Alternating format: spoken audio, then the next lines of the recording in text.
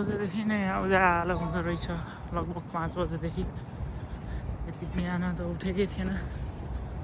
जाउन एकचोटि खसी लिन जाँदाखेरि उठेको थियौँ, नत्र त जहिले ढिलो उठ्ने। बिहान रमाइलो रहेछ। मर्निङ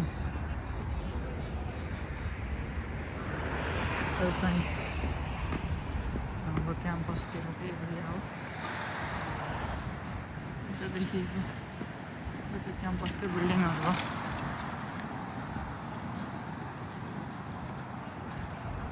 हेलो गाइस, आज चाहिँ म ग्रेहाउन्ड चढेर पिट्सबर्ग जाँदैछु सिकागोबाट। 7 बजेको टिकट छ। कति बज्यो? 6:30 हुन लागिसक्यो। म चाहिँ यहाँ क्याम्पसनिर छु अहिले। युआइसी नियरै अब पुग्छु होला 15-20 मिनटमा।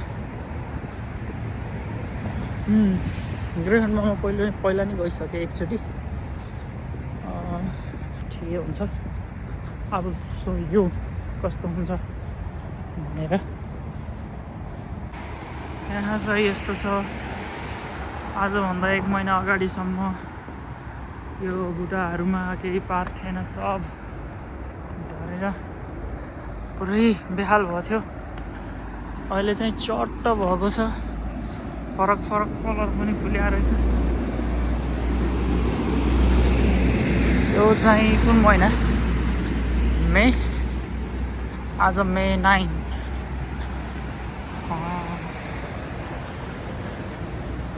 पुरा यसरी मलहरू हाल्ने रहेछन् अहिले। यही महिनामा हाल्यो। हरियाली भयो पुरै। 1 महिना अगाडिसम्म यहाँ पुरै आइस हुन्थ्यो। फेरि बङ लात्ताले आइसलाई हान्दै हिँड्नु पर्ने।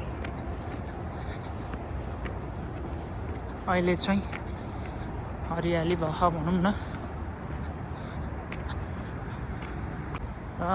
यो बिल्डिङ पनि हाम्रो क्याम्पसको हो भनौँ न।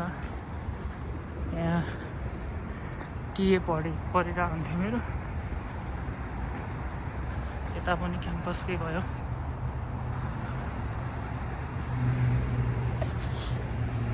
यो चाहिँ सिटी बस।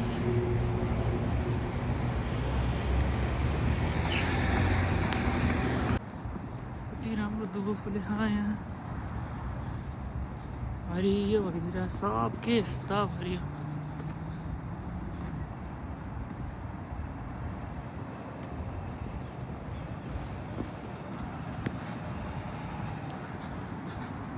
खाली छ त बाटो। यहाँ चाहिँ लगभग प्याकै हुन्छ यो एरिया। लगभग सिकागोको डाउनटाउनतिरै भएर होला क्राउडेडै हुन्छ दिउँसो चाहिँ। अहिले बिहानको 6-6:30 भएर होला, खासै मान्छे देखिएन। नत्र भने विद्यार्थीहरूदेखि लिएर सबै मान्छे भएको भई हुने। म चाहिँ हिँडिरहेको छु। यो देखिएको चाहिँ यो बिल्डिङ चाहिँ पुलिस टावर भन्छन् यसलाई होइन। सियास टायर हो कि सरी सियास टावर, त्यो पनि भने जस्तो लागिरहेको थियो। यो चाहिँ नि 2000 कहिलेसम्म 2 त्यति अराउन्ड त्यति वरिपरि यो वर्ल्डमै सबसे ठुलो टावर थियो अरे। पछि त योभन्दा धेरै बन्यो अरे, धेरै अरू पनि।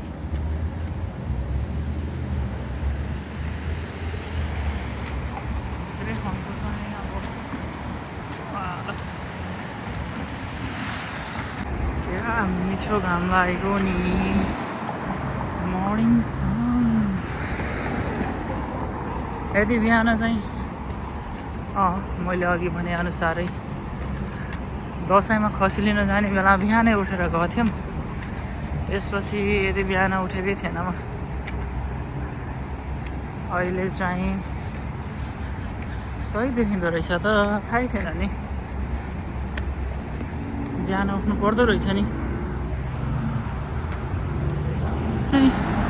यहाँनिर यो हाइवे चाहिँ खत्रै लाग्छ यस्तो तुफानी कुदिरा हुन्छन् सही छ यार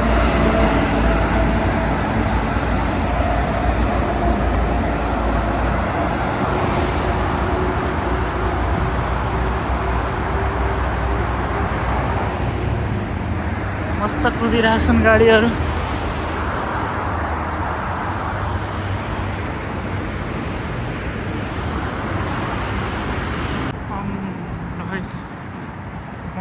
जाने चाहिँ ग्रेहाउन्ड त्यहीँनिरबाट हो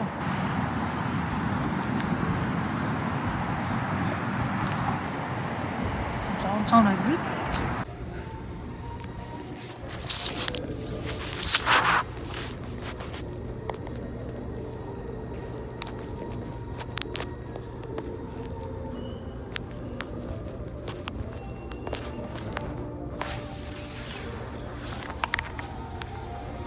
हामी चाहिँ अहिले कहाँ यो गुगलमा म्यापै पो हेर्नुपर्छ त यार राइट म म्याप हेरेर भन्छु है त यो ठाउँमा आइयो सम्मु छ त पुरै एकछिन रोकेको छ यहाँ यही बसमा हो आएको चाहिँ बस चाहिँ यही हो है ओरल्यान्ड भन्ने ठाउँ देखाइरहेको छ त्यही होला अब यहाँ 1-1.5 घन्टामा इन्डियाना पुग्छ होला कि